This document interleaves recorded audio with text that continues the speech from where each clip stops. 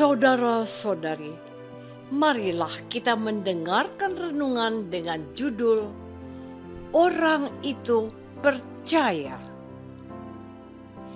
yang berdasarkan pada Injil Yohanes bab 4 ayat 49 dan 50. Pegawai istana itu berkata kepadanya, "Tuhan, datanglah sebelum anakku mati." Kata Yesus kepadanya, "Pergilah, anakmu hidup." Orang itu percaya akan perkataan yang dikatakan Yesus kepadanya, lalu pergi. Dalam nama Bapa dan Putra dan Roh Kudus. Amin. Saudara-saudari terkasih dalam nama Tuhan Yesus Kristus. Percaya adalah sebuah kata kunci dalam pewartaan penginjil Yohanes. Adapun tujuan penulisan Injil itu dikatakan seperti ini. Memang masih banyak tanda lain yang dibuat Yesus di depan murid-muridnya yang tidak tercatat dalam kitab ini.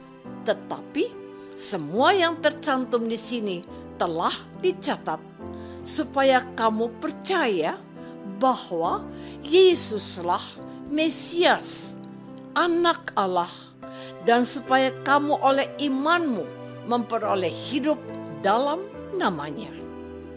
Yohanes bab 20 ayat 30 dan 31. Renungan ini saya beri judul sesuai kata penginjil. Orang itu percaya. Percaya akan apa? Ia percaya akan sabda Yesus yang memastikan bahwa anaknya yang hampir mati itu hidup. Dia tidak berdalih, dia juga tidak bertanya lagi, melainkan pergi dan pulang ke rumahnya. Dan ketika tiba di rumahnya, anaknya didapati baik-baik saja. Anaknya hidup. Kapan itu? Kemarin siang pukul 1 demamnya turun. Orang itu ingat, itulah saat Yesus berkata, "Pergilah, anakmu hidup." Lalu orang itu dan seisi rumahnya pun percaya kepada Yesus. Saudara-saudari terkasih, perjumpaan Yesus dengan seorang pegawai istana itu terjadi ketika ia meninggalkan Kana, tempat ia baru saja mengubah air menjadi anggur. Kesempatan berjumpa dengan Yesus yang baru saja mengubah air menjadi anggur menjadi baginya saat yang baik untuk mohon kemurahan Yesus untuk menyembuhkan anaknya. Meskipun Yesus sebelumnya sudah mengingatkan, jika kamu tidak melihat tanda dan mujizat, kamu tidak percaya.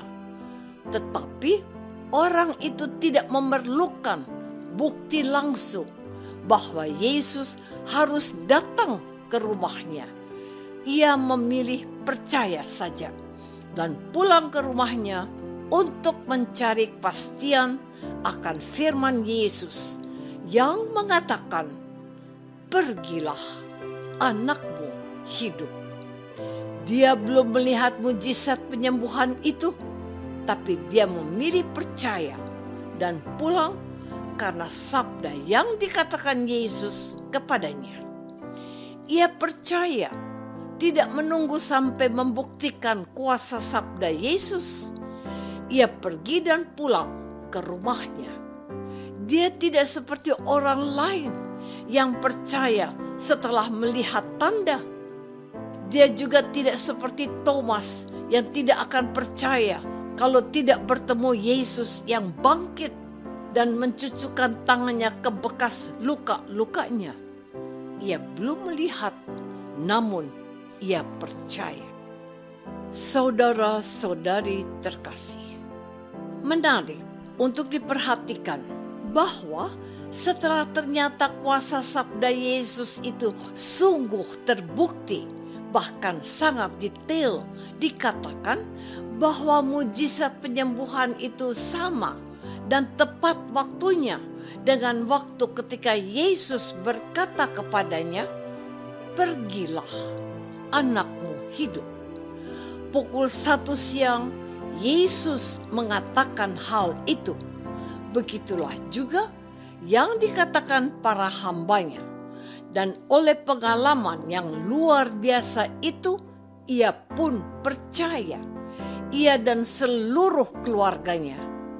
Ada seorang non-Kristiani yang memberikan kesaksian bahwa dalam mimpinya ia bertemu dengan seorang pria yang memperkenalkan kepadanya sebagai Yesus.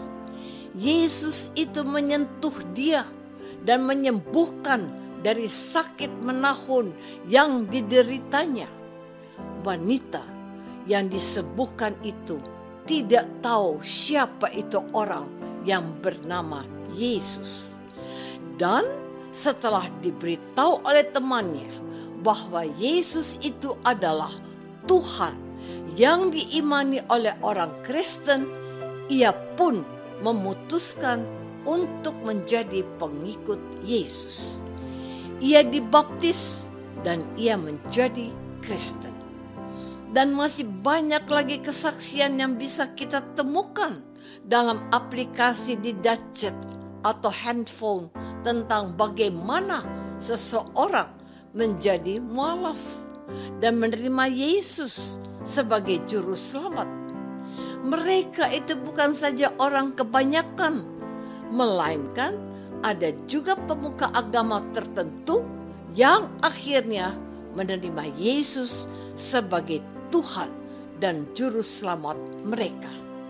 Ada banyak dan berbagai alasan yang membuat mereka percaya, tidak sedikit karena mengalami mujizat penyembuhan karena doa saudaranya yang Kristen.